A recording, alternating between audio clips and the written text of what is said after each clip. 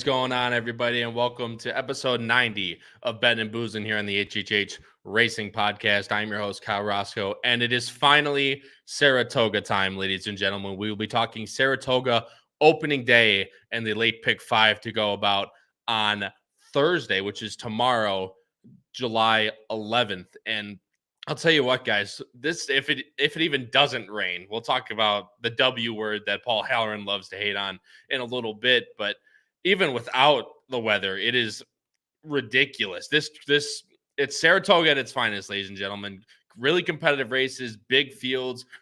Should be some good prices coming through on Saturday. But everyone, thanks so much for joining the show. Greatly appreciates. You see scrolling on the bottom of the screen right now. Please go down below the video player. Please hit the like button and please hit the subscribe button. It's the two easiest and best ways to help us out. And the best thing is that they're completely free to do. Not only does it show us that you guys are liking the content that we're putting out, but also it helps push out these videos into the YouTube algorithm to hopefully bring like-minded horse players like yourself to the HHH Racing Podcast. And for that, we thank you. As you see scrolling right now on the bottom side of the screen, next show is tomorrow at 8 p.m. Eastern, talking Saratoga Saturday with the Grade 1 feature, the Diana Stakes for older fillies and mares on the turf. Should be a fantastic race. That, again, I tweeted it out earlier. Saratoga delivers, and it definitely delivered in that race. So tune in tomorrow night, Thursday at 8 p.m. Eastern with Howard, Pete, Paul, and 2024 NHC champion Mike Gillum will be on the show to talk about the Diana and every other race in the late pick 5 on Saturday. Also, guys, Apple Podcast, Spotify, and Anchor, of course, is where we post not only every single episode of Bettin N Boozin, but every single episode posted to the HHH Racing Podcast YouTube channel is also in audio form. Apple Podcast, Spotify, and Anchor is where you can find those. For those of you that haven't, thank you all for those that subscribe to the Saratoga only and Del Mar only power picks. I believe Del Mar's up for a little bit longer. Saratoga might be getting close to your last chance to sign up. So HHH Racing Podcast for Saratoga and Del Mar only power picks. Our normal power picks, guys, are still up and will be up every single weekend. Patreon.com/HHH Racing Podcast. For those, again, still over $2.15 ROI since February of 2021 for those for only $4 a weekend. One of the most affordable and profitable tip sheets on all of YouTube. And for those that subscribe, of course, we thank you. Guys, we got a lot of people joining already almost over 100 people watching live. I really appreciate it. And surely it'll only grow from there as we're talking Toga, people. People love Toga. We're going to bring up I'll bring up Saratoga man himself first, and then we actually have a very special guest, as those that know and have been watching the HHH Racing Podcast over the last couple weeks. We have partnered with Equine Edge, and those guys over there. We're gonna have Justin Sampson on. He's a fantastic co-host on there, and we'll tell you guys everything you guys need to know about the Equine Edge. I had the pleasure of meeting him this last meet at Keeneland. And we had some good nights, especially in Tony's Steakhouse, but I'll bring him on along with the rest of the boys as we're all in here. But first, from Equine Edge, again, like I said, Justin Sampson and the boys, Patrick Kunsel, Charlie Freeman, Noah Maher. Full house today, boys. Justin, how you doing, my friend? I'm good, man. It's good to see you guys. And it's good to see most of you again. You know, I mean, I will remember, the one thing I remember is the last day Noah showed up at Keeneland. Everybody else was gone. And he's handicapping from the forum, right? And I never met him. But Noah, it's good to see you again. And he was handicapping with Howard. It was great. It was, and Brad Anderson was sitting to my right. And we were playing, and I remember playing. It was like an 18 or 20 to 1 long shot on the turf of Safi Joseph, and it paid in the turf pick 3, paid gigantic. It was great, but it's good to see you all again. Yeah, absolutely, boys. How we doing tonight? I can't complain. Ask Pat that question. I was gonna say, yeah. Bro's I sitting there can't complain. all the time. I don't know how I'm sleeping tonight. It's gonna be great. You're gonna sleep through the nice rain that's coming through, but hopefully not, of course. But guys, we'll go to the chat real quick, and then I'll have Justin give a little bit of a bio about himself for those of you that aren't familiar with him. Katie, of course, is here. It's Toga, Bettin N Boozin time. Toga. Mike Saletta. Mark Bogas is here. Spa, Boozin, and Equine Edge. Pick $5. Absolutely, Mark. Thanks so much, man, for joining the show. Paul Conlon, 17 days and counting till we meet up at Saratoga for some real live Bettin N Boozin. Let's go, boys. Thanks, Paul, for joining the show. Chris Couples is here. Chris, thanks so much, man, for joining the show. Let's go, Tough Card. Impress me. There's a lot of, especially the guy to my right there, has some very strong opinions with some pretty long shot horses. So hopefully those can come through and impress you, Chris. Thanks so much, man, for joining the show. Mark Flanagan, I don't think I've seen that name before. Mark, thanks so much for joining the show, man, and good luck to all. Good luck to you as well. Jim Pillards is here. Rain going to be hit or miss at Saratoga, which is, it's just been dwindling, the chance of rain for tomorrow. They did get rain today, but hopefully, I didn't see it. Didn't think it was enough, but hopefully the rain kind of dies down and we see, but 10 miles away, there's 3 inches of rain and tornado. Hopefully we introduce what I like to call the White Sox bubble, where they bubble and all the weather just spreads out, and hopefully we'll continue to get that on Saturday. And Chuck Brower says, I'm about a mile from the track and no rain as of yet. So that's a very, very good sign. Chuck, I don't think I've seen your name before either, man. Thanks so much for joining the show. Chris Walsh, Equine Edge, thanks so much, man, for joining the show. Greatly appreciate it. Rob N is here.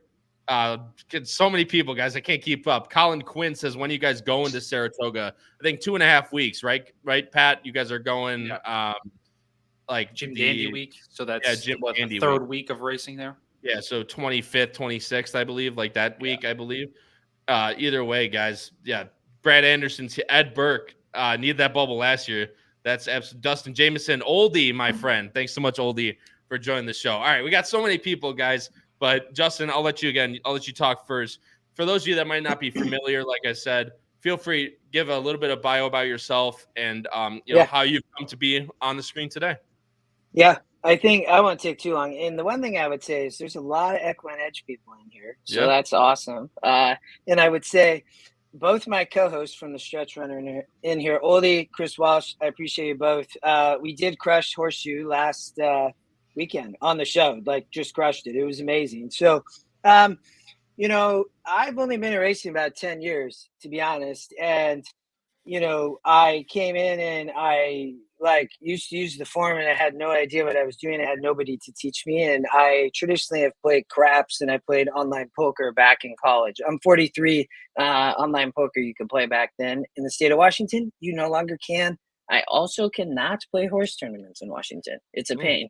Online. So, you know, I'm just stuck to pari-mutuel pool. To be honest, I'd rather just play tournaments. It's much better, but I have to travel. So, you know, I started in a form, but I didn't really know what I was doing. I used DRF Formulator, didn't work great. And then I found Equine Edge before it really got released and met Scotty. And, you know, that's how I got into horse racing, right around American Pharoah Triple Crown. I have 2 boys, you know, 9-11 just finished All-Stars coaching baseball. Yep. I work full-time in healthcare finance, dude. It's a busy life. But one thing I would say, part of that time, you know, how I got into racing, I wanted to own a horse. And I talked a lot about this with Alexa Zepp when she had us on, because she has horse racing syndicates. And that's really how I got in. You know, when I first got in and I was like, I want to own a horse. And you know, you can find syndicates. I live in Seattle outside Emerald Downs, so they're not super expensive, right? But found the top breeder. And my kids were very young at that age, and we go to the farm and they break the horses and see the babies and go to the track and watch them work. That's how I, you know, kind of got hooked, to be honest. Like, this is mainly, I would tell you, how I met all of you.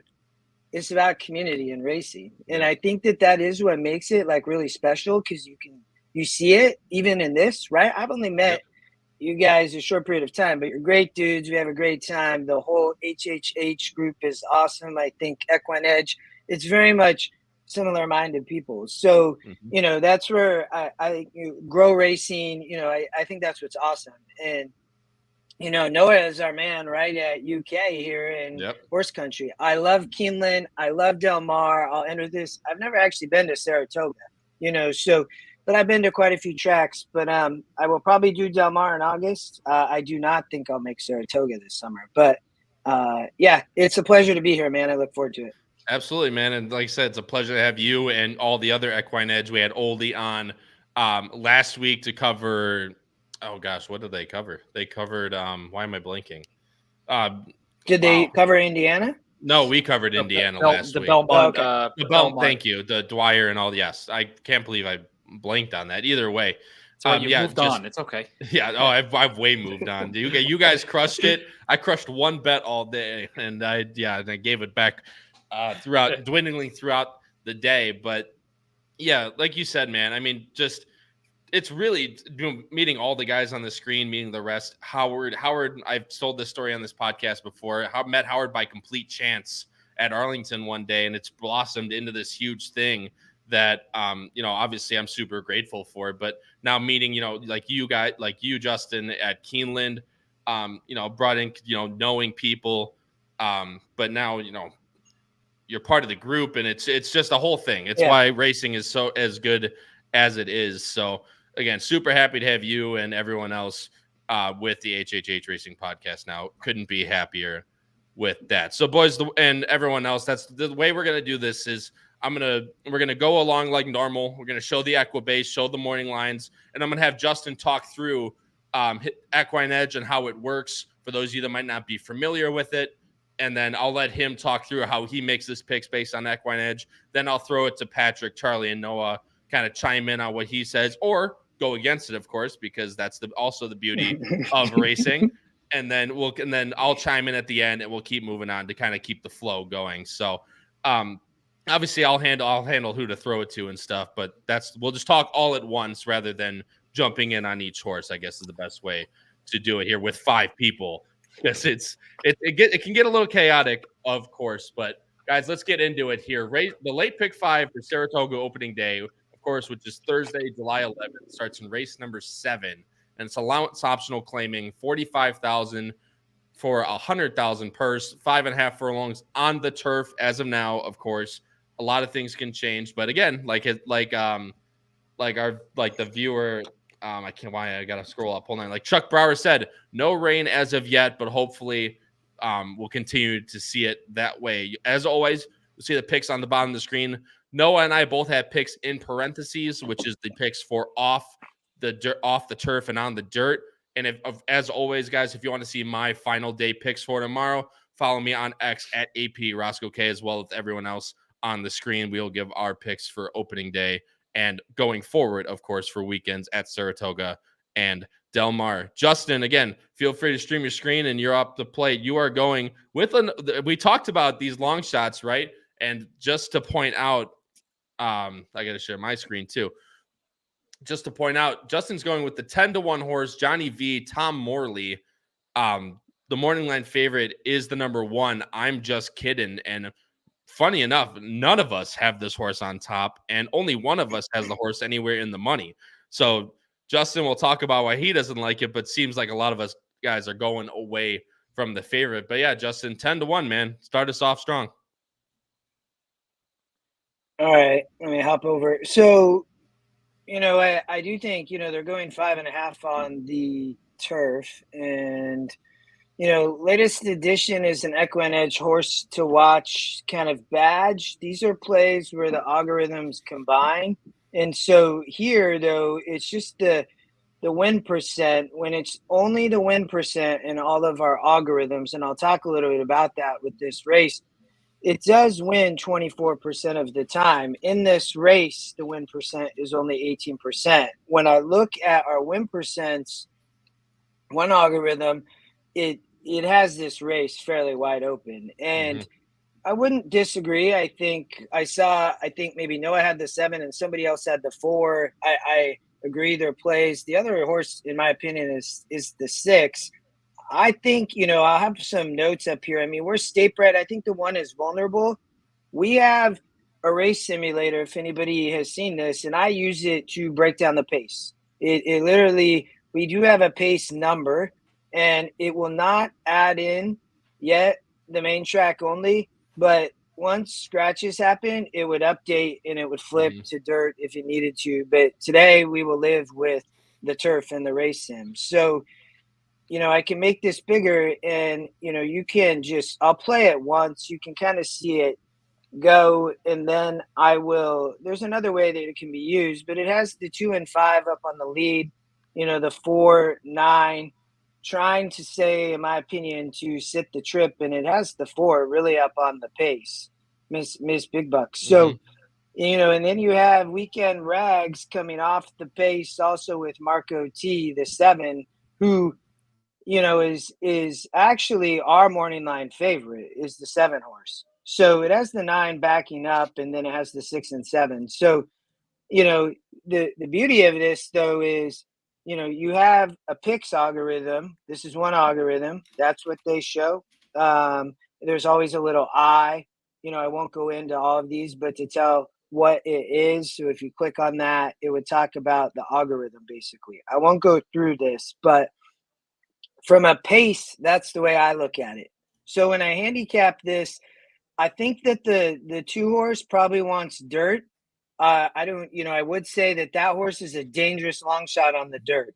I think on the turf, I think that the 5 horse, Queen's Dancer, Jackie Davis rides here. I think she's, probably wants the dirt, but here's the thing. They did this last year at 5.5 at Saratoga, and she came in and she tried to wire the field. I don't think it will happen on the turf. I think she will show too much speed. I do think Ms. Big Bucks could sit off the pace as well as with the 9. They're going to get first jump, and I think Johnny V on the 9 going to sit a beautiful trip. I mean, this horse has to improve. It's won the last 2, but it won it easy. And so it won in a 58 right off the pace, and it's tactical. It did get put up here in a DQ and a maiden win. We have a strength of race algorithm here, and it is meant to represent class between tracks, right? So one SOR of 50, and then stepped up and went easy on the turf, which is what she wants to do. And she's 5 and only raced 9 times. And so she's lightly raced, in my opinion. I love Johnny V rides back. I think that in a tough race, you could go a lot of different ways, but I think she's going to sit a beautiful trip. If you're playing a vertical, you have to use her. I like her on top. The 9 over the 4, 6, 7 is how I would play here. I could talk about a few others. I think the 1 is vulnerable. I think she is the top GSR, genetic strength rating. I'll talk more about that in some other races. But she's not been able to win. She's going to be on the rails. She couldn't win last out in a 4-horse field. She has layoff lines. You do get Irad, but I just think she's vulnerable. We have our own morning line. I'll talk about that throughout the show. It really, I think this horse floats up. I think it probably take too much money, though, with Irad. So I'm completely playing against. That'd be my opinion. I do the 2 on the dirt, I think would be potential, because I'm not sure the 5 even going to race on the dirt. She might. If she doesn't, the 2 might wire the field if they flip to the dirt. But I'm praying for turf, to be honest. I think they're going to be on the turf. And Chuck was here, and he's in our Equine Edge chat, and he was like the weatherman. He was the first one to respond when I asked. We have a chat group for our show with Oli and Chris. It's really awesome. And, he's like, yeah, right here, and here's what's going on. So, it's, again, community and racing. It's very hard. You know what I mean? So I'll flip it back to you, and we can, let the guys talk about this too. Yeah, I'll tell you what. What? Go ahead. I was going to say, Kyle, if you want me to, screen through the horses with Equine Edge, as you guys talk about, I'm happy to do that. If you want to flip back to your PPs, you tell me. You just tell me. Yeah, no, because like I said, I want to use Equine Edge as much as possible. For our normal viewers, I'm going to switch back to the PPs, and then when we come back, we can switch back and forth. I'll tell you one thing before I switch. My favorite thing, and again, I'll be completely honest, I'm very lightly, I've very lightly used Equine Edge. I've started to get into it more, obviously, as we started to partner. My favorite thing is the Equine Edge morning line.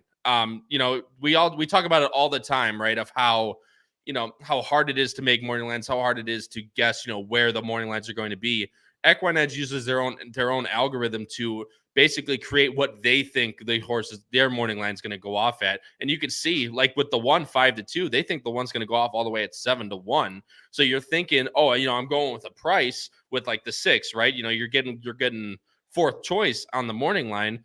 Equine Edge has a horse that's just over second choice, maybe even possibly the favorite. So it's a great tool to be able to see, based on what they see in an algorithm, like what the horses actually might be at. Is that, am I kind of right around there, Justin? Yeah. It's meant to be the appropriate, the morning line doesn't dictate what a horse is going to win or not, but it is the appropriate, value of that horse, for a lack of a better term. I know a lot of people talk about value, but I will tell you, the 6 horse, right, is likely to be great value. And it would be my 4th horse. I would not even use the 1. I would add the 6 there, I think, in this, if you're playing horizontals. You're going to get a good price. It's our horse to watch, Bronze. I can show that real quick, but it's just, when it's the long shot and the top win, it wins 19% when those two algorithms match like that. You get a negative 8% ROI, and it's in the money 55% of the time, right? When we go back down to the silver, right, the ROI is, much less. Negative 5% is not bad when you're getting a rebate, and you know what I mean. Yep. So, and the one thing I would say on this, and then I want you guys to go in, I think using the 9 underneath too. I like the 9 over the 4, 6, 7. You could key the 9 in a try, would be also what I would do at that price. If you wanted to try to, you could play 4, 6, 7 over 9. But go, I'll give it back to you. No, you're good. I was going to say, that's the, we always joke around with the boss. That's Howard's favorite play, is that reverse try key, especially with a horse somewhere around that 8 to 10 to 1 range, which is right where that 9 should be. So absolutely. I mean, like I said, and based on just, numbers and winning percentage, I mean, she fits right there. And the fact that she's going to be double the price of a lot of others that we don't like, that 9 makes a whole ton of sense. I completely agree with you in that regard. Guys, let's move over. So, Noah, I'm going to go to you first. We have the same horse on top. Justin touched on her a little bit. The number 7, Marco T. Definitely looks to sit a good trip, and I'll show time form as well. Justin touched on it with Equine Edge. You can also see pace scenarios like this. They actually have Concerti out there pretty far, but Miss Big Bucks, as you said, might be towards the lead along with the 9. So I think there's going to be a little decent speed in here. And the 7 is sitting pretty far back from the time form perspective, Noah. But based on that last race, I think she can sit a little bit closer up to the pace. And I think that's going to be the key for her in this one. Yeah, I agree with you, Kyle. I don't know if she'll be that far back. This is a wide open race, as we kind of already touched on. And I think the 5 to 2 that Equine Edge has for their morning line is probably pretty fair. I just like the way that she won last time. It wasn't super flashy, but it was professional. I think you can scratch the race 2 back in the grade 3. I thought that was a pretty good race. You have Pipsy and Miss Waves and some other young female sprinters that we've seen before. So I think she repeats that. She's very logical. And then I'll just rattle off the last 2, and then maybe the other 2 guys can chime in. Salib, who you've also gotten second. Patrick's got third. Charlie's actually got on top. So, Charlie, maybe you can talk about this one next. But just going back in the last race, I thought the late kick that she had, even though it was a pretty fast pace and it did set up, I think, second time on the turf for the Morley Barn, looking to either match that number or even improve.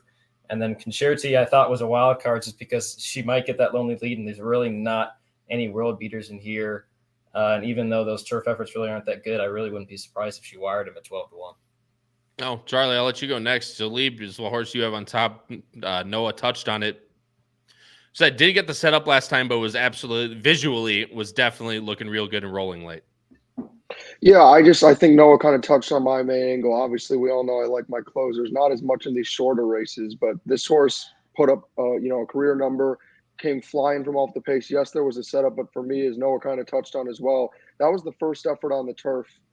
So this will be the second time out. I like this horse to take a step forward. They tried originally running her on the turf, way back earlier in 23, and the efforts, originally weren't great, although you can see that effort at 7 furlongs, again, set up pretty nicely. Now, again, I guess the big knock would certainly be that some of the best numbers have been when there's been a lot of speed. But then again, you can also see, too, back it was a cold pace and this horse just decided to go for the lead if no one else wanted it and ended up romping away. Now, I don't think that'll happen here, but I just like that there is some versatility. Noah touched on the 7. I think the horse is solid. I just have a feeling that Marco T is going to go off as the favorite. And I just don't see any improvement with her. I think we just know what she is, which is just a mid-70s buyer, which could be enough in this spot. But I just have a feeling, especially with it being a Clement horse, that the 7 will take too much money. And it's interesting with what we got to see about Weekend Rags, because I was tempted to put this horse in second as a bit of a price underneath my 3. But, based off of everything we kind of previewed and talked about earlier, at least it looks like the 6 could take a lot more money. I like the versatility with this horse as well, has dealt with some hot paces for a horse that likes to be forwardly paced and gets Pratt aboard. And if you get anywhere near 6-1, a great horse to mix in somewhere. I have a feeling we're not going to get 6-1 on Weekend Rags, but I think that horse is very no. And then, like I said, talking about Equine Edge Morning Line, it's exactly what we were talking about. Patrick, I'll let you have last dibs here. Basically, Miss Big Bucks and the one who we haven't mentioned at all. Yeah, Miss Big Bucks. I was really liked her last start out at the end of May there off the layoff. I thought that was really it wasn't impressive. I know she came in third and lost by a couple lengths, but I look for her to sit right off the leaders in this spot, like Justin showed us. Maybe even a little more forward than I would think in this spot. But like Charlie was noting with the figs in this race, I mean everybody's kind of sitting right in the middle there.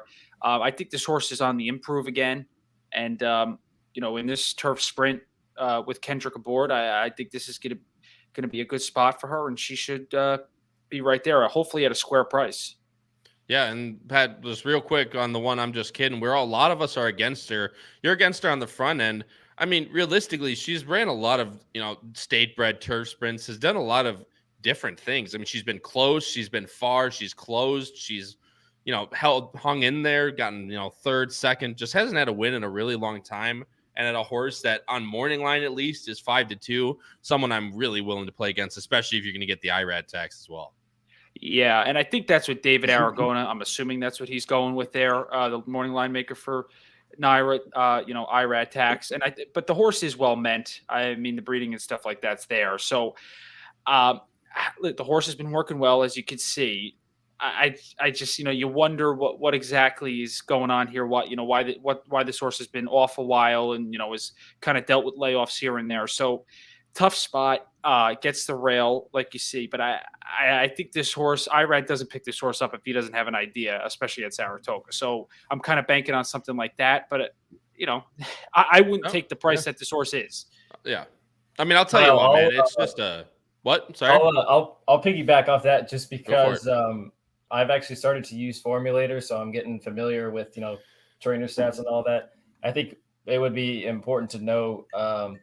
I looked this up. John Kimmel, last 5 years, 3 for 48, plus 180 days, and he's actually 0 for his last 24. So if you're looking for a reason to play against the one, that might just be it. Resident Pete Visco in the resident stat guy, man. We love that. Either way, guys, all the boys hit on the head. I don't need to talk more about this. I do want to mention, if there is rain, the 10 and the 11, the 10, 11, 12, and 13 are all carded MTOs. The 11 for me, man. If the 11 gets in on a lot of these, she should show a lot of speed, and she should be pretty tough to beat realistically on the dirt. Can sit There's off. a lot of speed if this ends up on the dirt, because the 2 is already in. The 2 wants it to come off the turf, with size, and the 11, the speed will come from those main track onlys, and it'll be really hot. But I don't disagree with you on the 11 horse. No, I think I like that she can do either. I don't think she's necessarily a need the lead type. She might do her best running on the lead, but that N1X at Aqueduct, and even, I mean, she sat right off an easy pace, but she has the ability to rate, which is what I like about her. And with the horses she's ran against, realistically, especially in an off the turf race, this should be a pretty decent spot for her. The 10, is going to show more speed, like you said, Justin. She's coming out of state-bred stakes. It's at Belmont weekend and earlier at Aqueduct. But I feel like even from those, Granted, that last race was real tough. You had Landed and a lot of other good horses in there. But earlier, you didn't really beat too much. And this is going to be, it's probably a decent spot for her off. And if you do get Pratt, obviously that's a good sign. But I'm definitely looking other places with her. Bank on Anna looks a little slow to me. But if the pace does heats up, could be one to stalk maybe in a way.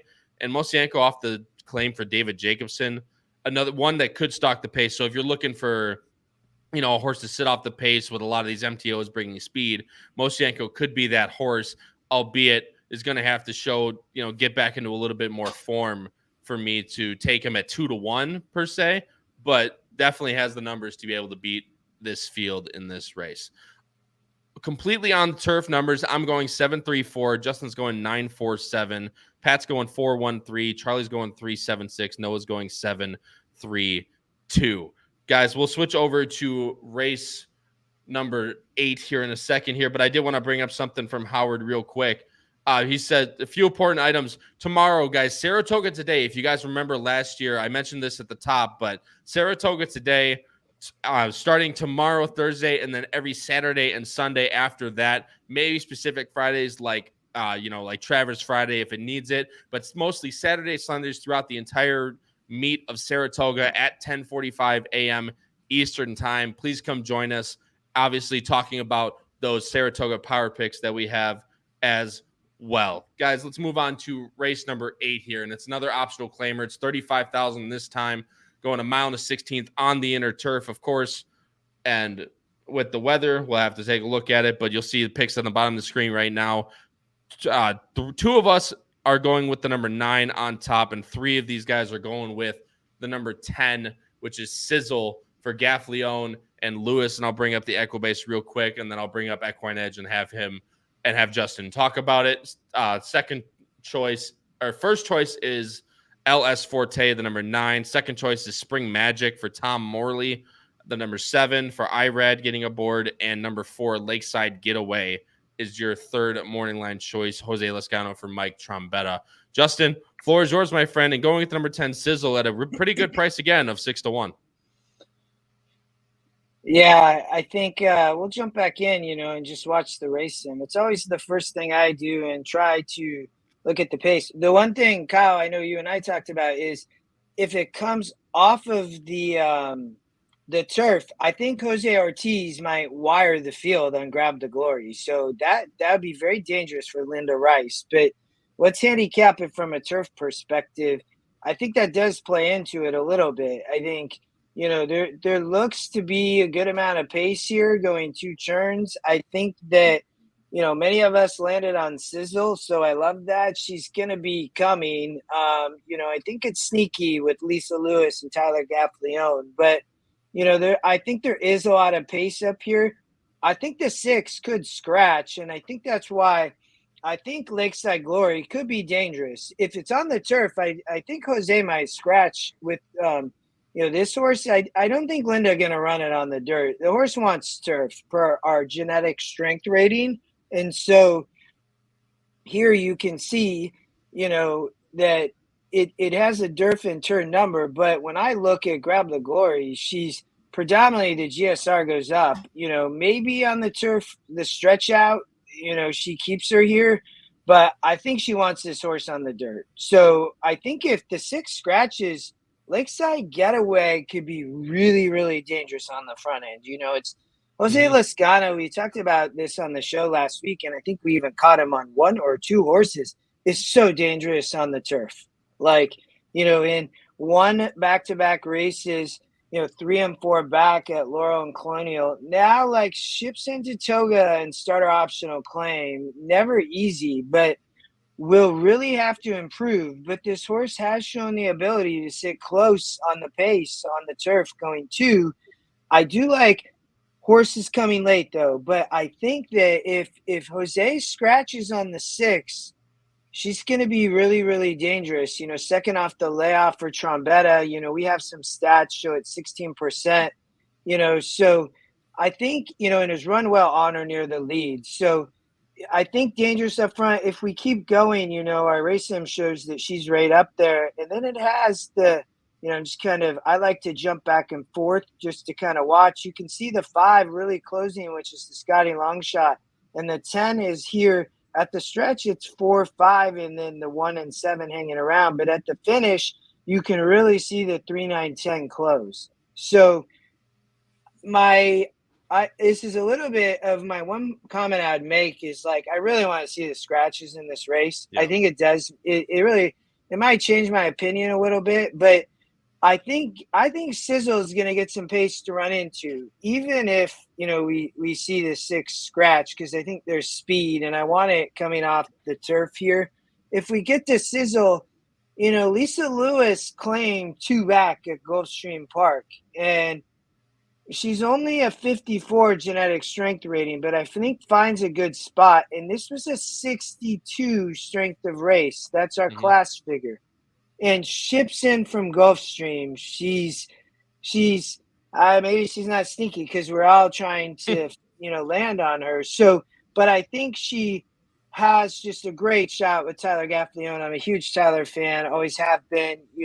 I think that I don't know Lisa Lewis, but I applaud her here. I think the breeding, he only shows a 54, but I think in a race like this, when I look at it, you have a lot of different angles. And so Spring Magic, there's a big morning line angle, right? Of 8 to 5, it's the horse to watch bronze. When it's our top win percent in our top morning line, our morning line favorite, they do win at 33%, but I don't love the ROI. These horses for sure hit the money, right? Yeah. But Iraq going to take a lot of money. I think that she's vulnerable. I mean, she's dropping to the right spot coming out of Santa Anita, but, and she ran good. It's California Shipper. She's now in for a claim. I'm just against. It's start 20. It's not for me. I'm not playing this game with this horse. So, and I think the other horse maybe I want to talk about is the 5, Pratt Abreu. I really like Silent Melody. I think Flavian Pratt, we talked about in the 6th, the last race with the morning line angle. Here, I think, you don't really have it there, but closing on our race sim, right? I think as a closer, she could get the first jump with Flavian. She's our Scotty long shot. That algorithm has always been great. It's one of the most consistent, good ROI. It's really dangerous with first-time starters, I will tell you. But when we look at the GSR, I mean, she's ran once. It's a 62, which is, I think, fine for this group. They're all pretty bunched up. You have some horses that have ran well. But I really think, she's lightly raced is where I went here from an extent in Sizzle and Silent Melody. I mean, I know we're 3 and up. You have a Silent Melody as a 4-year-old. I think she could improve, and she will have pace. And you have Flavian and Abreu. And they hit, I think, 26%, right? So, over 68 mounts. So, and Flavian gets off the 9, if you like the 9, who is the second Equine Edge pick, I think it's legit. I mean, this is our top GSR. It's Handel and Dylan Davis. They hit at a good rate. That is probably Handel's go-to. We've had Jackie on the stretch run, Jackie Davis, Dylan's sister, and, she's awesome. Just incredible Jackie. Kudos to her, to be honest. But, she – you don't see her riding here. I mean, Dylan's and those probably go-to rider. I bet Katie on a single at Aqueduct to pay like $30,000 on a single with her last year at Aqueduct. And I think is live in the 9. These can bite me like second Equine Edge Scotty picks. I would tell you. I mean, dropping but not winning. I mean, does need the drop. Nearly one last out. I mean, I think it's legit. I just think Flavian or Sizzle might get the jump, would be my opinion. No, which is completely fair. And obviously a lot of people agree with you. Charlie, I'll go to you first. Talking about Tyler fans, you're probably one of the top of that fan club. So with Sizzle, I said Paul brought up a good thing. Lisa Lewis has only ran 3 horses in the last 5 years at Saratoga, 0 for 3, obviously very small sample size, but like, Justin pointed out, that last race was very eye-opening, and this time you're going to get another pretty decent price with her as well. Yeah, she flies every single time. I watched all 3 of her starts. Not that it's a lot, but nonetheless, every single time it's sort of been the same thing. And to be honest with you, I just think Sizzle's a horse that hasn't really gotten to benefit from the Gulfstream, speedway where everybody flies to set up hot paces. She hasn't really gotten that until last time out. And then when she did, it just was clear to me that 7.5 was the wrong distance and she needed to be running at a mile. I understand obviously that this time of year, Gulfstream, as I was talking about in the chat, it's kind of what I adopted as my new home track now that Arlington's unfortunately gone. But so I get like at this time of year, maybe it's not the strongest racing, but nonetheless, if you're running in an optional claiming 75 at Gulfstream, it's not like it's truly bad horses. Like I know Majestic Venezuela, it's a decent horse. And for, some horses that kind of got loose towards the front in that replay, you see Sizzle just come flying late out of nowhere.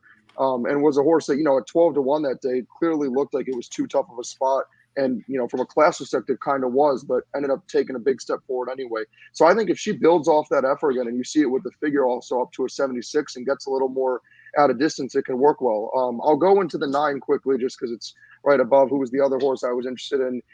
Obviously is the one who at least has the experience, running in some New York racing, came over from Fairgrounds and ran a very nice effort.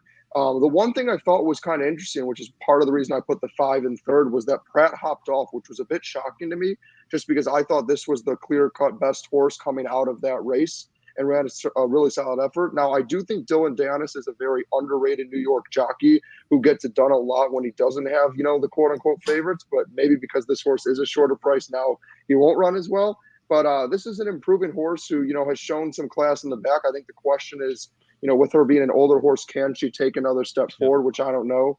And then I won't talk about the 5 because we kind of already talked a lot about the horse. But yeah. Yes, she is for a She's tag. in for a tag too, which the only and I'm interrupt you because I want to keep going. My point of Sizzle getting back to Lisa Lewis, if she's a disciple of Chad Brown, great. That to me is awesome.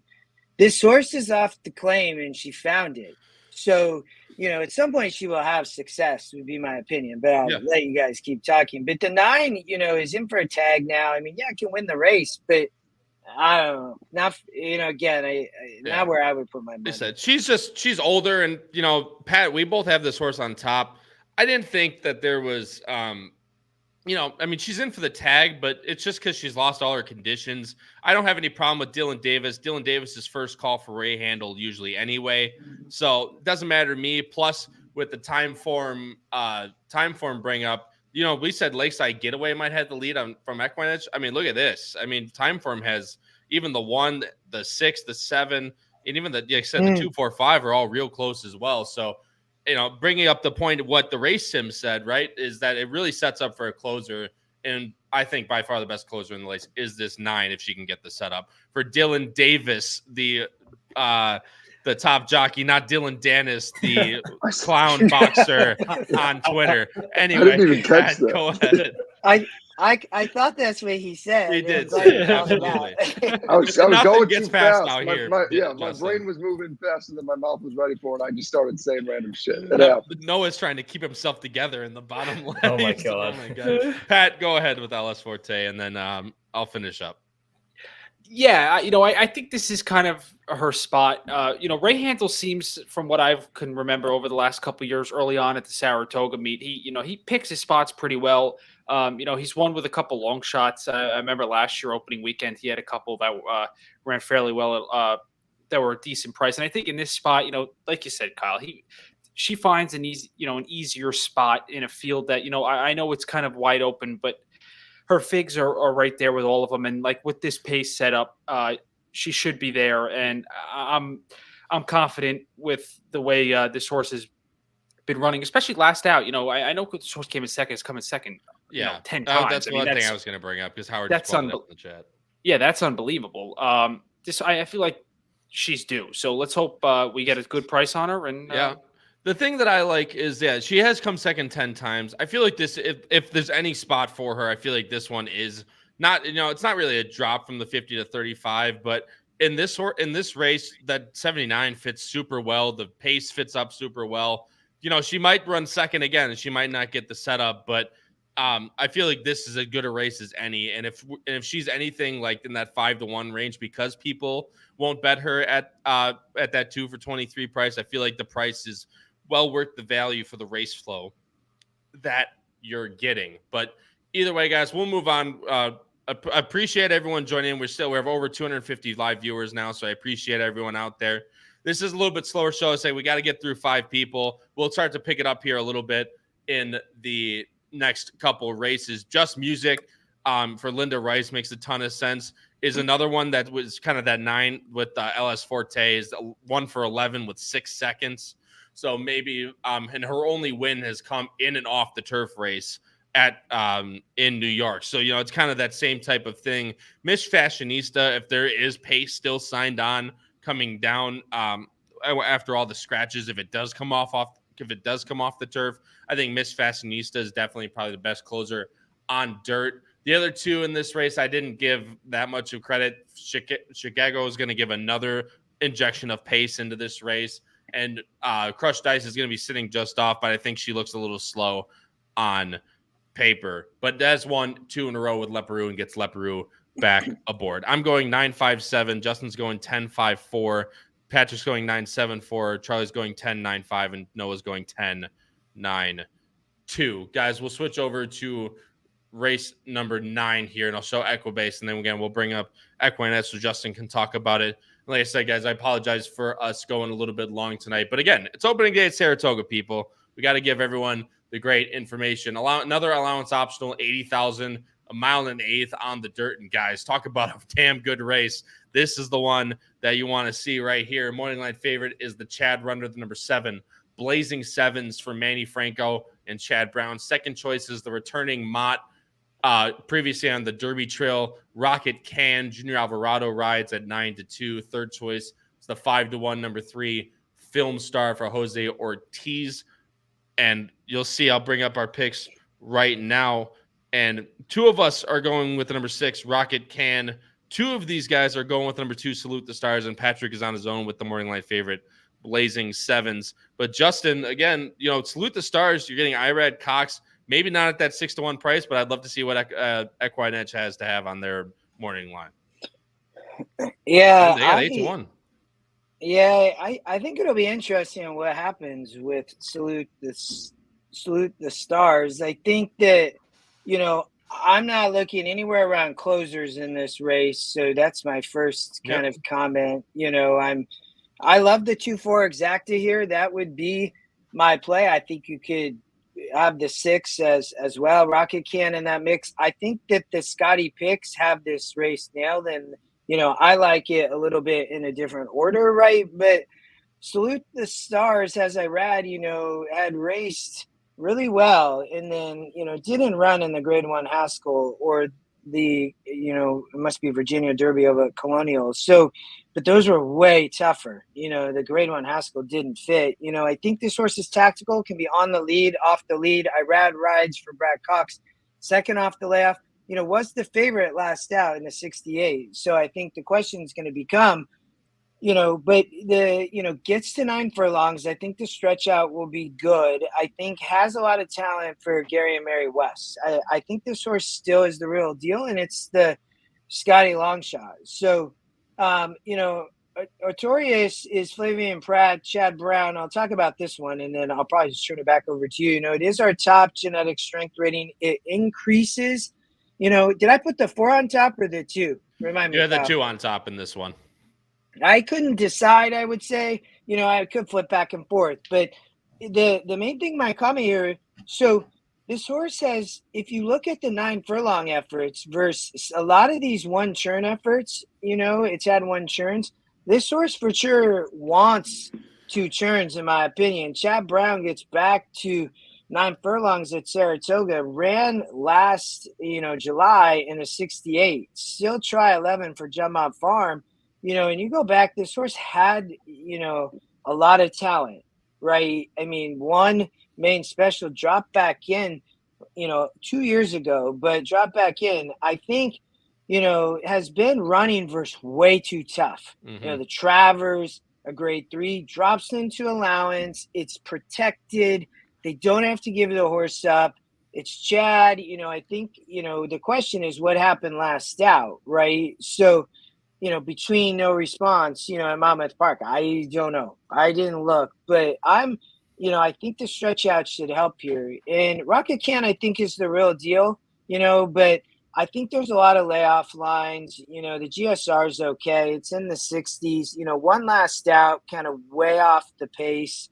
You know, you know, I'm not on, you know, Blazing Sevens. I'll let somebody else talk about that shot Brown. You know, I'd land on the 4 with Pratt. But, you know, I really would. I like the 2 and 4 a lot. I would just key them both, you know, in a box. So yeah, no, which is completely fair. And I was between, funny enough, again, I have 6, 7 on top, but I was between 2 or 4 to put in. I had Artorias in there for the longest time, but talking about the pace scenario and stuff like that's why I ended up going with Salute the Stars. But Artorias is definitely one, I agree with you, that's been running against a lot tougher. And I think this allowance company, although this is a pretty damn good allowance race, is where he belongs, I think, more of, and where he can run his best. No, I'll go to you next. You also have Salute the Stars on top, and since you're stat man, I kind of want to go to you and see if you got anything here.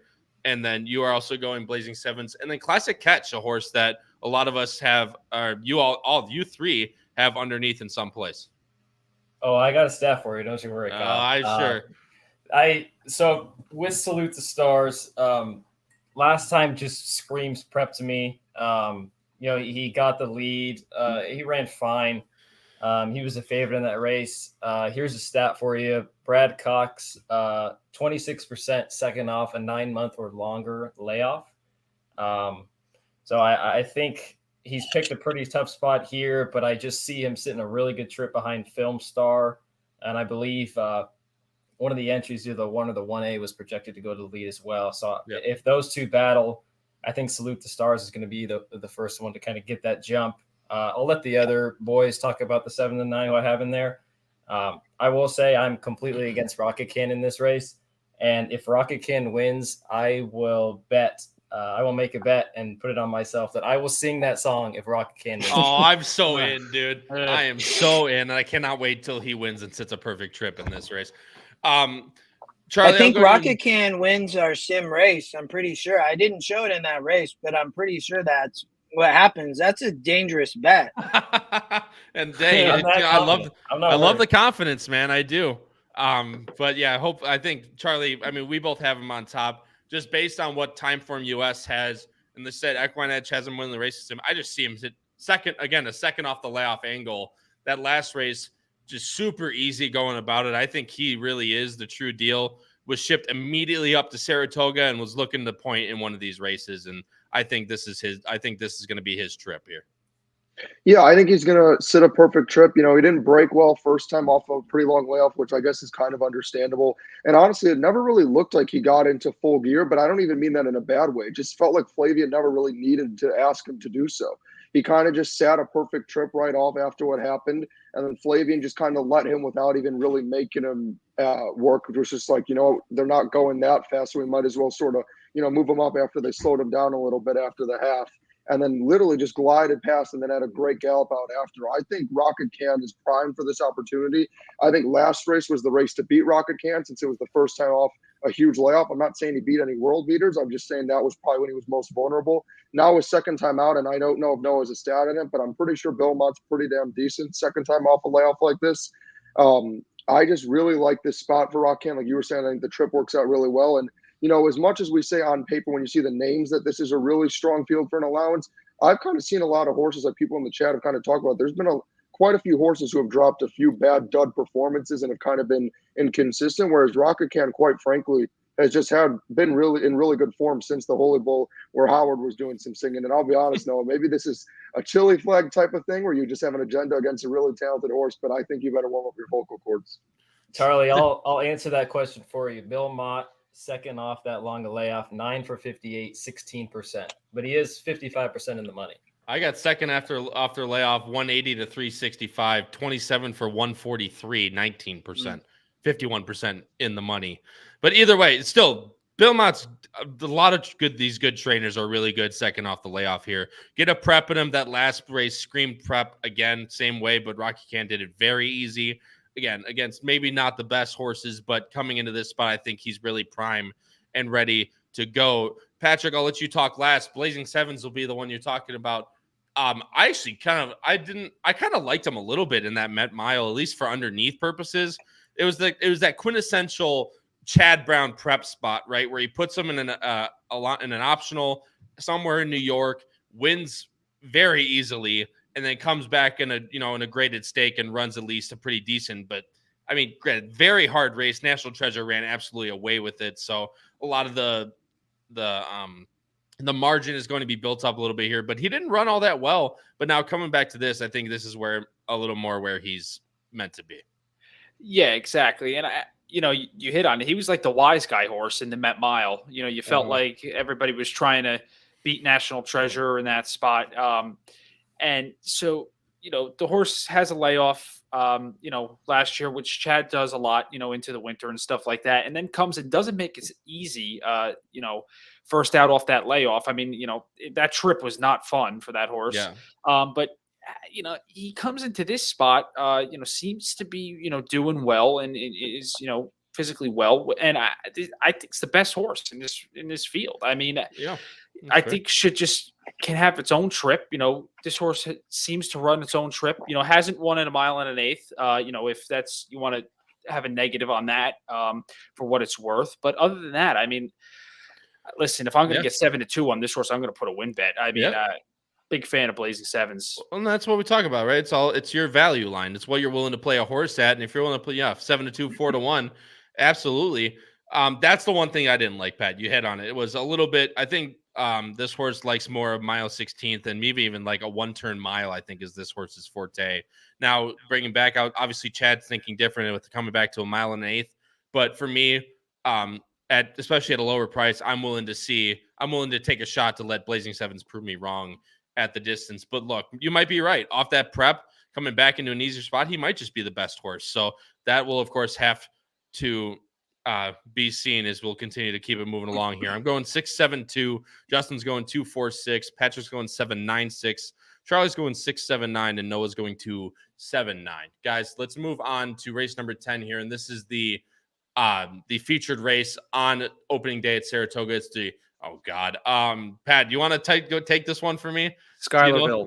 The Schuylerville. Thank God I didn't say it because I wasn't going to be close.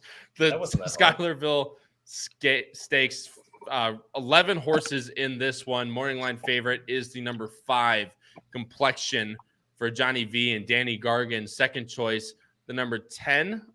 Shared between the number 10 and number 3, Sherbini and Vigidal, I believe is how you say that, at 9-2. Guys, bringing up the Schuylerville Stakes picks right now, you'll see there's a lot of 10s. There's 1-5 and there's 1-6. Justin, you got the same boys going with you again on this one with the number 10, Vigidal, Gaffleone, and Asmussen off a very, very convincing win last time out for her first race. Yeah, I thought that still on race 9. The only before I go to race 10, I would say on here, Notorious, a lot of these names are big name horses, right? And you talked about it, and can they actually win? Many kind of lightly raced. The one thing I would say, look what Flavian Pratt's kind of doing, and Chris Walsh mentioned this. I just don't know if Blazing Sevens can come off the pace, right? Mm-hmm. But I think that's the key thing. My guess is the 4 didn't break last out, right? So I think if you forgive that effort, I know it didn't run last out, but that's all I wanted to comment on the 4. Absolutely. I'll go to race 10. This is a very tough race. In my opinion, I could go a lot of different ways. Our Scotty picks have the 1-3-9. I put the 1 underneath. I put the 10 on top with Tyler Gaff and Steve. The source, I think, just it did win well last out. It's working well for Bruno. We have the Bruno Works incorporated into Equine Edge, so you can see those. We have race video as well. But the source, was at Toga July 5th. The big work. It's been working well. I just think, the GSR's a 62, and if you look at the GSRs, there's a lot of big GSRs in this race, I would tell you. So if I'm in a horizontal, I'm going to be spreading here. But, I think from the perspective of the race sim, let's go there real quick. If we look up here from a speed perspective, the 11 and the 5, the 5 is Gargan. The 11 is Queens I MG. thought That's was cheap. Safi. Yeah, I think this is cheap speed, to be honest. I did win a 50, but this horse, a lot of these horses were in this Saratoga Stakes race. And I just think in that post, I think that she's cheap speed, is my opinion of it. So if we look at the race sim, it has the 11, 5, 10. It actually has the 10 maybe getting the lead. If that actually happens, I think that Tyler Gaffney might wire the race. That's why I thought that the 10 on top, I think the 11 is just cheap. And I think that, the 5, there's kind of a question mark. But so it has, the 10 right up there. Maybe she can rate as well, right off the pace. I think there's potential there. It has the 1 really coming at the top of the stretch with the, we have really the 9, 10, 1. And I think I went 10, 1, 9 in my picks. So I was very much using our race sim in this race, and the 1 really gets up at the end at a big price. It's Iroki, is another Asmussen with Rosario. So I think was in that stakes race. The 8 won the race in this stakes race. This Astoria that was at Saratoga in June on Belmont weekend. I don't see it for Jenna. I don't see it this time. I think there's too much speed. I mean, this 10 horse could be the real deal and just blow past him. But I like the 1 and 9 to close. The 9's the Scotty Long shot.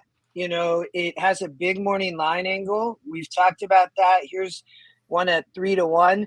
What type of price? We're probably going to get better than 3 to 1. It's Wesley Ward, Flavian Pratt, sprinted at 4.5 at Churchill. And so, it really is in our race sim. I like to look sometimes, and at the top of the stretch, right, she's right there with the 10. And she's 25% to win, so that's where I would go. I think I can make cases, to be honest, for the 2, the Weaver. I can make cases for the 3, in some instances, the second pick. This is a tough stakes race, but, I think there's a price there. I think there's a couple angles, but I know I'll let the other guys talk about the 10 as well. No, yeah, because I mean, look, this is a great race. All these 2-year-old races at Saratoga during this time of year are always very good. I'll tell you what, just to start off, if Aoraki wins this race after she absolutely stuffed my day in a locker on Belmont Day last time, I'm going to be very, very upset. But either way, I think like I said, I think they have a ton of. That was my biggest play of the entire day on Belmont Day, and she drew up to that horse. To what in the little world just did not get past her. But I think it's important. You should talk about that here. So I'd be curious before you flip screens, and then I'll get back to you just so we know. But I think that's important you say that because you saw something with her, and it's like, okay, and then she shows up here again. So, on this just missed, obviously, in that 74. The 8 doesn't show up at all, right? It was kind of a fluke. I was not there. So my point of that is, I don't know what kind of happened, but you should watch that race and why you liked her and then say, okay, like now can this play a little bit different, right? Well, right. And it's that same type of angle where, I liked her at 3 to 1 or 4, 7 to 2. Why don't I like her at what's probably going to be 10 to 1? So I'm telling you, I liked her because of the pace scenario. And I think that's a good point because I think she's actually going to get the same type of, very fast setup in front of her here. Which Howard brings up a point. He says, something has to give between the 5, 9, and 10 in terms of speed. And obviously, a lot of us are going with those horses. Pat, I'll let you talk first. As you have a horse who none of us really have. I have in second. It's the Rapoli runner, the Vino Rosso. Shout out Matt Miller. Carmen's Candy Jar. It's 6 to 1. Like I said, Irad Pletcher. I don't know if you'll get 6 to 1 on this horse, but either way, I mean, she fits the bill, and if she gets speed to run into, she's going to be one of them running late. Yeah, I mean, I look at the debut, and I mean, the way she won there, this is how I hope she can win. Sit that stalking trip, angle off the rail like she did, and win convincingly. I mean, I know that was a state bred maiden race that she won. That might not be the fastest, but it's kind of right there. Todd's is looking to win this race for the 7th time, which is pretty impressive to say the least. And he's pretty good with his 2-year-olds, and I think it'll be an indication on if this horse gets bet. But you never know with these 2-year-olds. You always got to watch the board. And I'll let you guys hit on the others because this is a deep field. No, yeah, and I'll let the boys talk about the 10. Vigidal, who, like I said, a lot of you have on top. This is a horse who was really well backed first time out at Churchill, going 5. Kept in Kentucky, but then shipped up to Saratoga, most likely for a spot or for this spot exactly. I'll let you go first, and Charlie, feel free to piggyback on anything he says. But I'll bring up the PPs first, and then we'll keep going. I mean, talk about runners. These Vacomas have been running lights out. So, no, I'm assuming you're hoping for the same type of thing here. Yeah, I'm not going to sugarcoat it for the people. My whole day is around this 10 horse right here. I like this horse a lot. We unfortunately can't watch the race. Mm-hmm. She did end up on the lead, but I think it was just because some of the other players, the one who was a favorite in that race just kind of walked out of the gate, and then the horse that actually ran second, Kimchi Cat, who I actually think is going to be a very good race down the line, was kind of bottled up in traffic. So Vigidal just kind of found herself on the lead. I wouldn't get too fooled by getting to the lead and just kind of taking them the whole way, because her late kick was way more impressive than anything she did earlier in the race. And I just see her sitting a really good trip behind the 5 and the 9. Tyler's going to have her right in the pocket. And like you said, Kyle, those Vacomas are, very hot right now. Actually, I do have a stat. Oh, what a surprise. Vacoma is insanely good. 10 for 19 with 2-year-olds so far. Yep. And 15 for 19 in the money if you're keeping track at home. Yeah. Granted, again, it's been a lot of these short 2-year-old races, but man, have they come out flying. Even 8 for 16 first time out. It's ridiculous. I mean, just going through, Colloquial, who won for George, or got second for George Weaver at 88 behind Menti, who's the Rapoli runner, who's the full brother to Fierceness, Murdoch, Vigidal, all these horses, we can go down the line, but 10 for 19 on anything is insane. And the fact that the sires come out that hot, a lot of these horses are going to be running really well.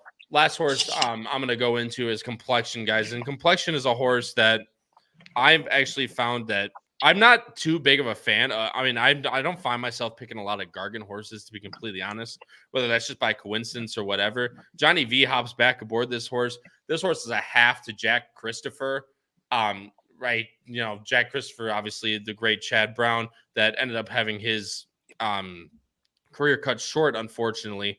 But this is another one. Jack Christopher had the ability to rate on the lead, granted by a different sire, but Complexity has been, that same type of way where he's given, his progeny have been able to rate, not only go to the lead.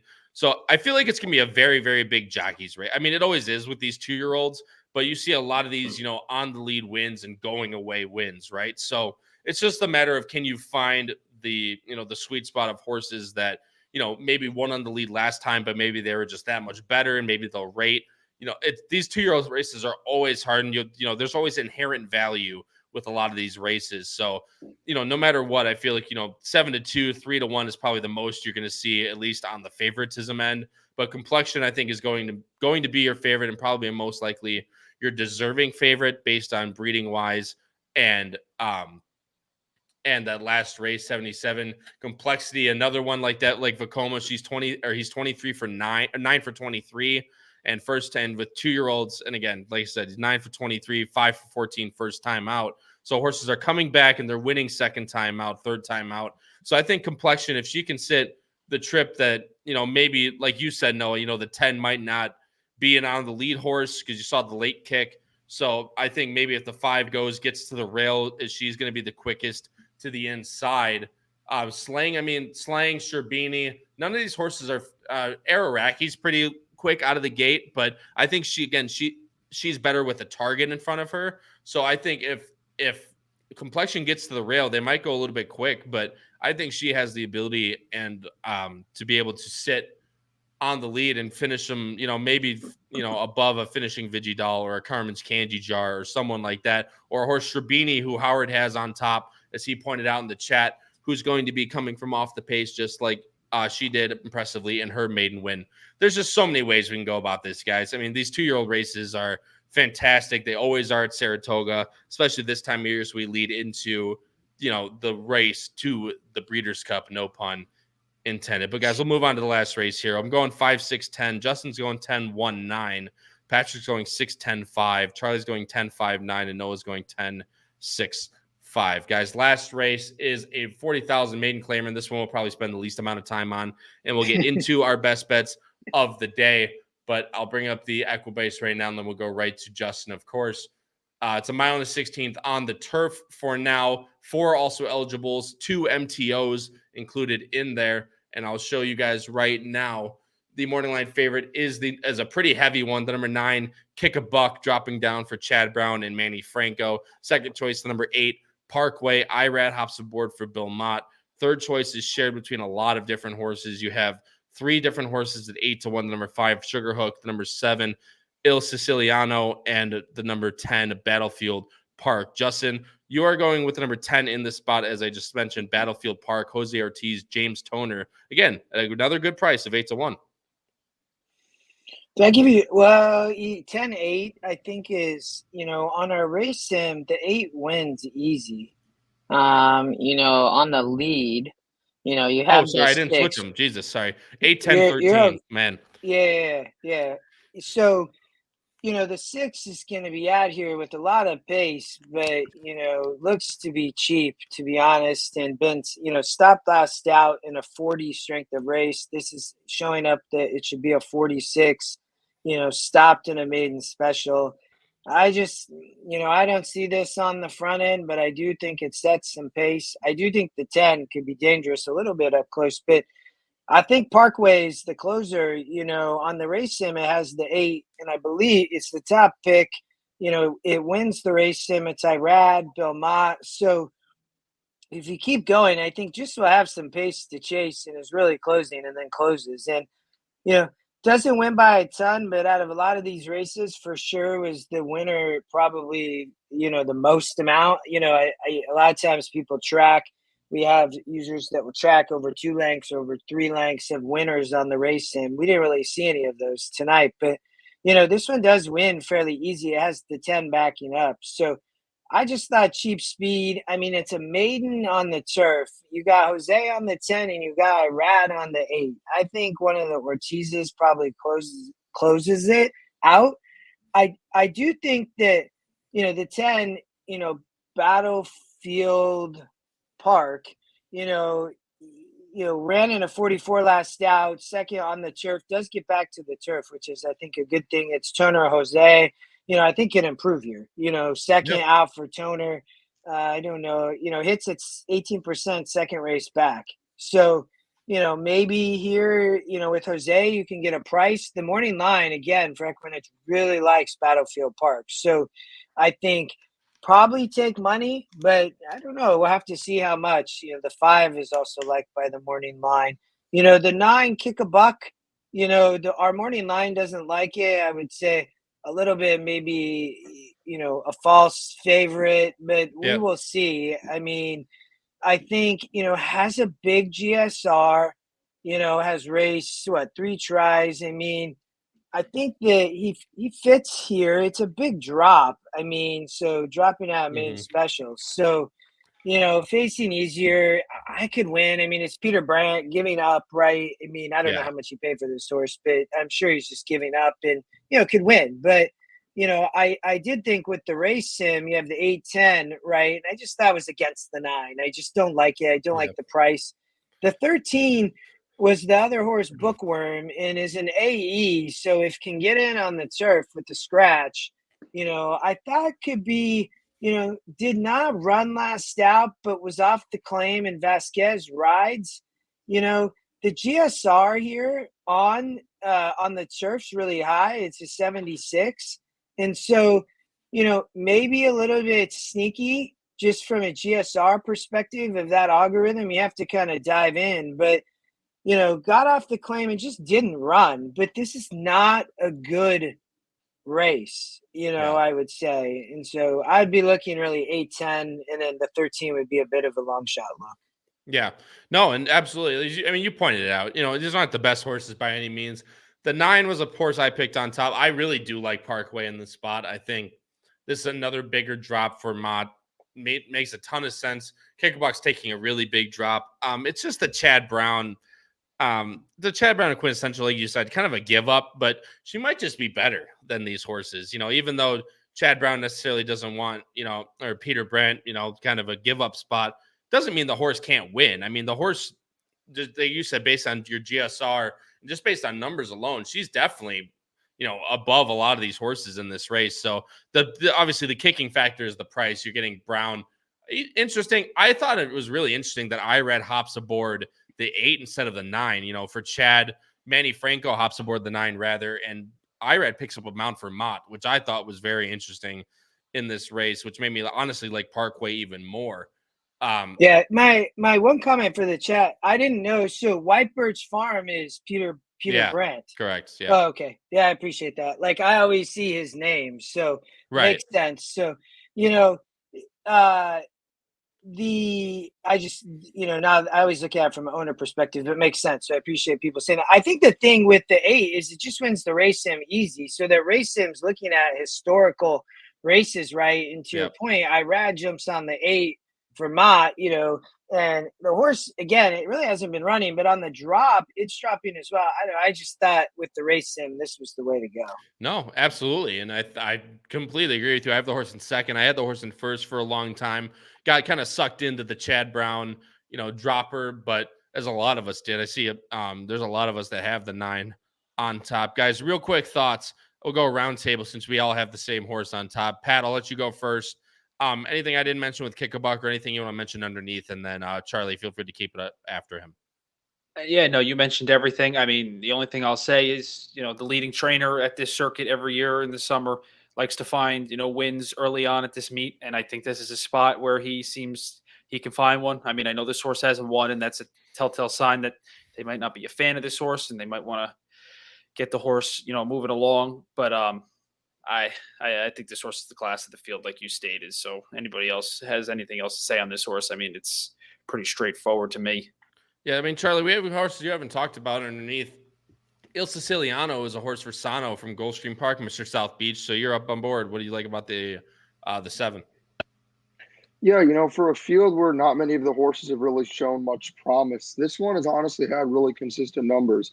Obviously, originally ran at Tampa, did absolutely no running at all. Then went to Gulfstream and tried to make that shift, which, we kind of all know, especially trying to stretch all the way out to a mile and 1/6 and on turf was a big ask. Didn't go well initially, but then kind of, Antonio Sano, I think, is one of the most underrated trainers personally, at least in the U.S. Definitely in Florida, I think he does really well at Gulfstream. Second time out after that pop to 72, then a 75, which again, are they earth-shattering numbers? No, but in this kind of field they are. And this horse has shown a really solid ability to kind of just sit off that pace and close late. And, we kind of talk about in these weaker levels where horses kind of struggle to pass and they just kind of get stuck where they are. And admittedly, don't get me wrong, the last time on effort wasn't amazing. But again, I think the horse just didn't want the all-weather. But you look at those 2 turf efforts after the one on April 13th, and those figures certainly fit. The horse showed the ability to close and pass horses. I don't think you'll get 8-1. I think this horse will be bet down a little with Sano and Alvarado. But I think this is a very interesting horse that you could use underneath. I just think the 9 is the class of this field and is way too talented for these horses and has run against some really good horses compared to what these others have. No, I'll finish it off, then we'll go to best bets. Yeah, what do you know? I got a stat on the 9. Hey, crazy. Interestingly enough, Chad Brown, the last maiden special weight to maiden claiming winner that he had on the Saratoga turf course, you have to go back to August of 2021. And if you look at it, he had many horses that were very low odds, like this horse right here, and did not get the job done. So I would definitely demand an okay price on a horse like this. Only horse I'll touch on is the 3, Vincita, who I actually like a little bit underneath. Of course, another stat, McPeak, he is 8%, but he's 8% on the win end, but he's 30% in the money on the turf here at Saratoga. And then going to the dam, Miss Canada, some of the siblings of this horse have had a lot of success on the turf. And then Miss Canada, her progeny average a buyer of 74 on the turf course. So just one that I thought switching to the turf, if she can run anywhere near that 74 like your siblings have done, I think she's definitely one to consider underneath. No, I mean, there's 3 different horses that could win this race easily based on, the sibling PP. So that's a good find. No, absolutely. Vincita obviously is a horse I like on the dirt as well. If this race does come off, but like I said, you guys nailed it on the head. I don't need to touch on anymore, but I will say if this race comes off the turf, this horse will probably be favored, but Horsin, the 15, if this race gets on the dirt, this is a complete absolute hammer for me. Someone mentioned it earlier. Let me see who it was. I think it was Chris Couples before he left. Yeah, if they're off the turf, Horsin is breathing fire in the mornings. Watch those works. He's been lights out in the morning, and based on the dirt running, this horse has just numbers wise should completely fit in the spot and should have a very, very good chance to win it. Anything like 2-1 or higher, I think Horsin would be by far a really nice play on the dirt for me. But guys, let's move on real quick to best bets, and then Justin, obviously, let you go first. I'm going 9-8-5. Justin's going 8-10-13. Patrick's going 9-5-8. Charlie's going 9-7-8. Noah's going 9-3-7.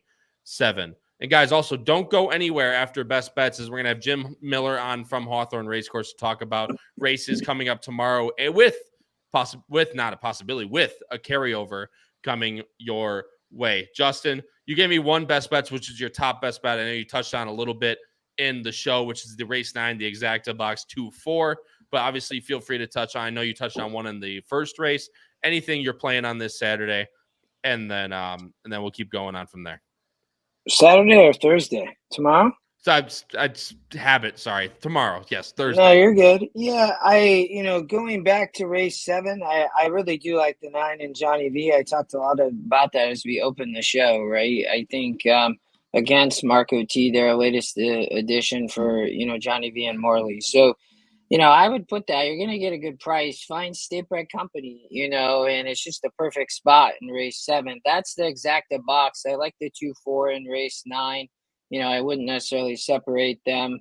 If I was gonna single, maybe it would have been there. I do think Irad in our first few races, I didn't think had a shot, but I like him here, and then also obviously in the last with Parkway because winning the race sim. So I would say this exacta probably my top bet in race 9, the 9 in race 7. I do think in race 8 that the 6 Grab the Glory, if it is on the dirt, I think is a big shot. And I also agree with you in the last on, was that the 11 horse? I can't remember.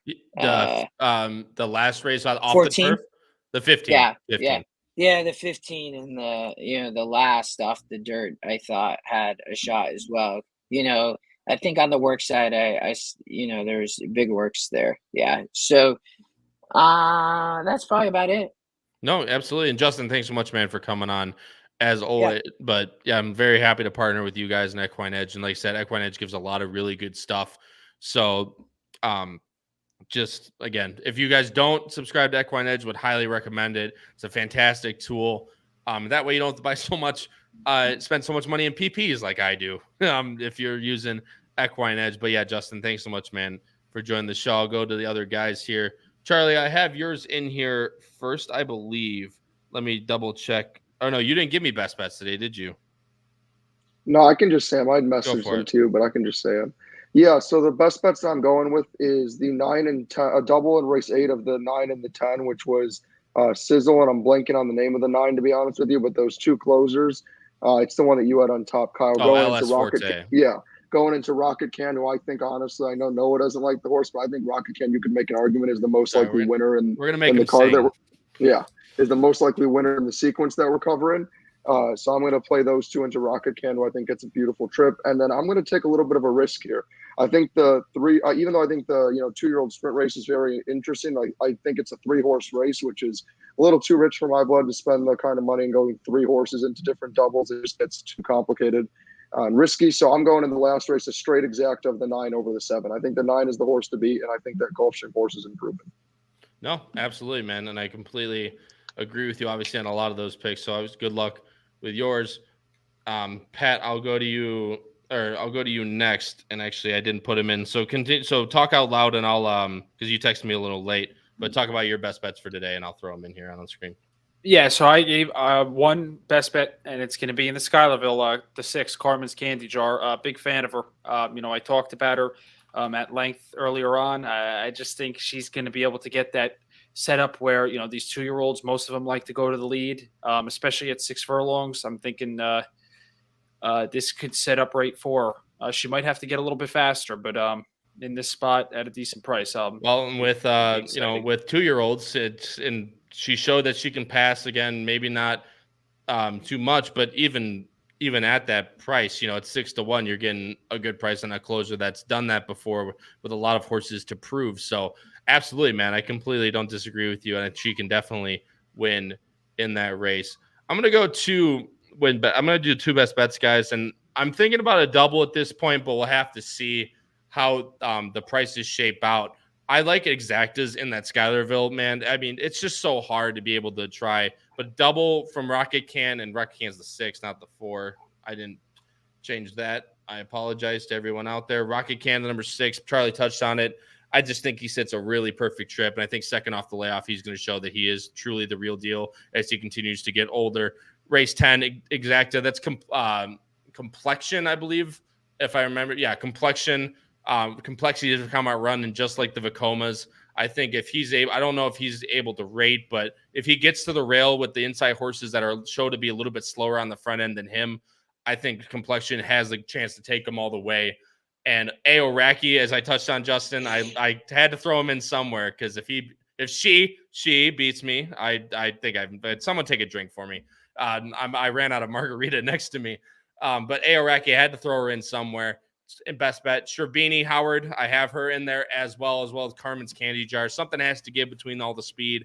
And I have 3 horses that have shown they can close before between the 5, 1, or the 1, 3, and 6 to get somewhere in that exacta pool. Real quick, guys, I'm going to bring on Jim Miller, and then I'll let you guys go. Justin, again, thanks so much, man, for joining us. Thanks I for really having me, appreciate it.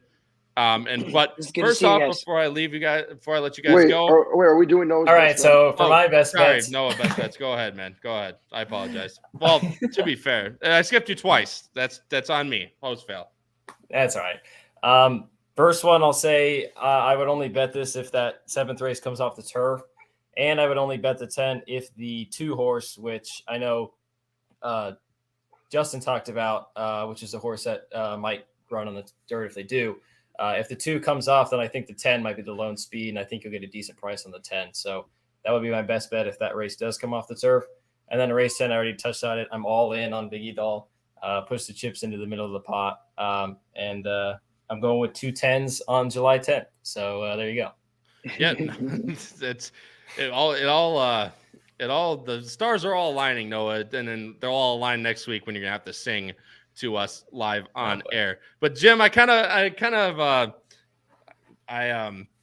you a little bit of scare there, but now you're coming on. Director of Racing, of course, at Hawthorne Racecourse, Jim Miller. Jim, what's going on, my friend? What's going on, guys? Yeah, Saratoga starting tomorrow. That's a beautiful thing. So for us, with moving to Thursdays, it actually helps us because you have another really major track in Saratoga that we can kind of stagger with as they're getting into the second half of their day, and we're starting our card. And then I think it kind of just works out really well, Kyle, with kind of the end of their card leading into the late pick 5 for us, especially having that carryover tomorrow.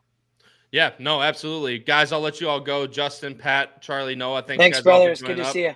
I will I'll talk to you guys later. Later, boys. All right, Jim. Me and you again, my friend. And like I said, I know there's something you wanted to touch on here with Thursday's card. We did have some weather go through the area, so there is a question mark. 2 of the races in the late pick 4 are on the turf as of now. Well, and we're going to be off the turf tomorrow, so we'll make things very easy on everybody. Just handicapping wise, it benefits us for notifying those that are shipping in if they were intending to go to turf that we're going to be off, but also to notify those that were the main track only horses with the ability for them to hopefully stay in tomorrow. So because of that, we'll be off the turf for that late pick 5 sequence. So that's one of the things that changes a little bit. Carry over almost $13,000, Kyle, for that. So nice carryover. To me, I mean, I think we really kind of should just focus on the 2 dirt races in that late sequence there. Absolutely. But yeah, for those handicapping tomorrow's card, we'll be off the turf. I'm one of those that if I know ahead of time, I'm going to let everybody know, and it helps them handicap accordingly. No, and dude, I'll tell you what, I mean, just as a horse player, I can't tell you how much that is appreciated. Just knowing, because gives you a little bit, you're not scrambling the morning of to try and figure out what horse is going to play. But one of the horses in that, I mean, one of the races in that late sequence, Jim, is a really nice 2-year-old fillies race. And I'll show the PPs right now. It's a field of 8. Only 3 horses, excuse me, have run before, but you have laid the most likely morning light favorite, most likely what people are going to gravitate towards. The number 4, Arrivederci, I believe is how you say that, for Larry Ravelli. Ravelli's 2-year-old numbers are tremendous. His 2-year-old numbers at Hawthorne are tremendous. First-time starters are tremendous. And this horse is working very well. But yeah, Ravelli just he does an amazing job. But especially at Hawthorne, thus far in the meet, he's really on fire. So it's just one of those things where everything kind of he trains, and we talked about this in the past. He trains for speed. He trains horses in company. His goal is get out of the gate. Get out of the gate, go as fast as you can for as long as you can. And we're still at 4.5 furlongs for just another week or 2 for 2-year-olds. So if you make the top, you have a good shot to win. And Ravelli's one of those that he trains that way. He's looking that way. This horse that'll take a lot of action. So see how things unfold. Howard giving a little bit of a touch there to himself for that late pick 4. Nice job, Howard. Way to jump in for that. And it is on the Hawthorne website. But yeah, this is one of those where that horse should be very tough to beat. The other one that I would look into there, Kyle, is maybe on the outside, the 8-horse Amazing Angie, just for this reason. The race down at Fairmount Park, the horse did not get away well from the gate at all. It was only a 5-horse field. This is a big rider change going from Javier Diego to Victor Santiago. And Victor's numbers at Hawthorne aren't great this year. At Fairmount, they're much better. He's a speed rider, outside draw. You get away in good order. This is a horse that might be able to be a little bit of a factor as well. So Amazing Angie, if you're looking for a little bit of a price, that one sits at 6-1. No, absolutely. And, you laid the number 4, you can't lay horses, especially in a smaller field that low. 8-5. Yeah, you might not even get that, especially with the works going on the tab. You might even get lower than that. So, you're looking at horses like Little Miss Hat Trick or Amazing Angie, these middling price horses, definitely going to, almost guarantee at least a decent price, if not even growing up as well. Yeah, and Little Miss Hat Trick actually ran a pretty good race in that debut back on June the 2nd. That was a horse that ran behind She's a Funky Drummer, another Ravelli runner in that spot. And this was a horse that was completely overlooked, almost 16-1 in there, but it ended up getting away pretty well, chased the entire way. And this one really never backed off from the winner after that break. So this is a horse that might be at least worth a look. I think it probably got shorted a little bit in that buyer figure. I thought it was probably a better race than that 48 number that they posted there. But again, a little bit more of a price. So it wouldn't surprise me at all with Little Miss Hat Trick either in the 6th. No, absolutely. But I love these 2-year-old races. These 2-year-old races, it's always a big puzzle. And I thought I don't know what Ravelli, because obviously Ravelli uses Jareth Loveberry the most, and he's finally shipping back into town. But he puts David Cohen on this horse. And I know Cohen's been riding a lot down at Hawthorne this year, which has been actually really nice to see. But he puts that the other Ravelli, you call the other Chad Brown, stuff like that. Little Poison is a first-time starter. I just generally don't like, first time 2 babies on the rail. But I'm with you 100% there, and it's especially first-time baby on the rail with 3 first-time starters just to the outside of the horse. So much chaos can happen unless you break on top. It could be very tough there. And it was interesting because Loveberry was going to be Ravelli's go-to rider for the meet. And then he decided, hey, I'm going to head over to Churchill just because of the way business is. And he did very well there. And they were able to convince David Cohen to come in. And Cohen's had himself a very good meet. He's a very good rider. No problem for him getting business by any means. He's kind of become Ravelli's go-to guy. So it's one of those things where Cohen's probably still going to get that first mount for Ravelli just because he kind of said, hey, this is where I'm coming to. I'm going to give it a shot. And then Jareth gets the second horse there. But I'll tell you, Ravelli 2 in a race, either of them can always win. Oh, yeah, absolutely. And I mean, these 2-year-old races are always so tough, but a horse that's working like that for Ravelli is definitely one to pay attention to. The other race we'll talk about, Jim, is race number 8. Yep. It is it's a claiming 5K, but another decent field of 8 and another pretty heavy morning line favorite, the number 7, Oh gosh, why do I keep Makamat? Okay, Yep. why do I keep getting those types of horses? Julio Felix, Vandenberg, obviously a very, very successful Midwest trainer. Parker in the number 5 laid at 4-1, and then the number 6 Idea Man, both Indiana breds laid pretty low for David Reed. Again, Makamat, I'll bring up the PPs right now. You'll see it come up obviously as well. As I scroll down, Makamat, these 60s, the 63 are in the same type of level at Hawthorne earlier in the year, went to FanDuel, went into Quinones barn, now comes back to Vandenberg, who's, having herself a meet as she always does. And the thing about Makamat, the reason it comes back to Vandenberg is off that win when they did the post-race test, it was like just a trace higher than what would be allowed for some sort of medication. So it actually came out of that race, was claimed out of that race into the new barn. Well, then when the medication came just over, the claim had to be voided. So the horse had to be returned to Vandenberg and was DQ'd off that victory. So that's the thing. You come back here, and again, it was a very minute amount. It was something where it just resulted in the voiding of the claim and returning to the trainer along with that DQ. So Makamat is the horse to beat in here. For me, I wanted to try to beat the horse only because it's going to be a short price. I went to the outside with the 8. That's Wildwood Ministry. And the thing about Wildwood Ministry that I found interesting was you get Alexis Centeno in the saddle. Alexis had himself a very good meet, but recently he's kind of been going back and forth between Hawthorne and Prairie Meadows. So hasn't been riding quite as much at Hawthorne, but now you get a chance to get back on a horse that he rode a couple of starts back. He rode a decent race there, but some of the races earlier on in the year, you get back to those races at Oaklawn Park, those are figures that are kind of right there with Makamat. And again, you have a barn that's been really good this meet, and Jose Rodriguez. You're going to get 5-1, so a better price. I don't mind the outside draw, and I think the horse just gets a tracking trip and could run on late. Yeah, no, absolutely. And, you have horses like Makamat that are going to be involved in that early pace, or at least based on how he's run at Hawthorne, as you touched on with that win that was unfortunately DQ. But I know Parker and Idea Man are both of those same type of horses that are going to get those closing stalking trips. Maybe Idea Man might be a little bit too late, but there should be horses to be able to at least get close to Makamat early. And God, I love going through these horses because whenever I see those old Illinois horses that I paid attention, like Kennesaw, I love it. But Kennesaw, a lot of these horses that are going to get those tracking trips that you're looking forward to.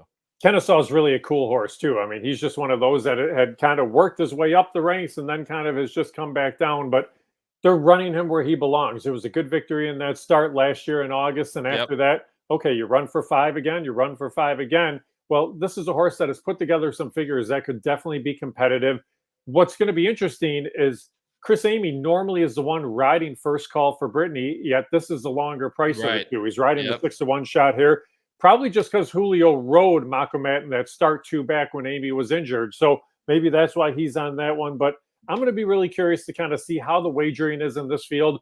You mentioned Parker. Parker ran a good race. This was a horse that finished second behind Makamat and was moved up to first in that start 2 back in the mud. Not a bad effort by any means. I would not be surprised if they show a little bit of speed with this horse tomorrow. You get the bug in the saddle. The horse likes the track, pretty good at the distance. Nobody's really committed to the front aside from Makamat, so maybe Parker's a horse that could go up there and push things along a little bit early on. No, yeah, absolutely. And I always love to see, especially in these types of races, that might not be the best type of class form. You see a lot of horses that either, track and don't like to pass, or you have horses like Makamat that'll fly to the lead. And Parker's kind of like that in-between type, right? Where he has shown that he can rate, but he also has shown that he does good running on the front end. So it'll be very interesting. Especially, like you said, you get the bug in the saddle.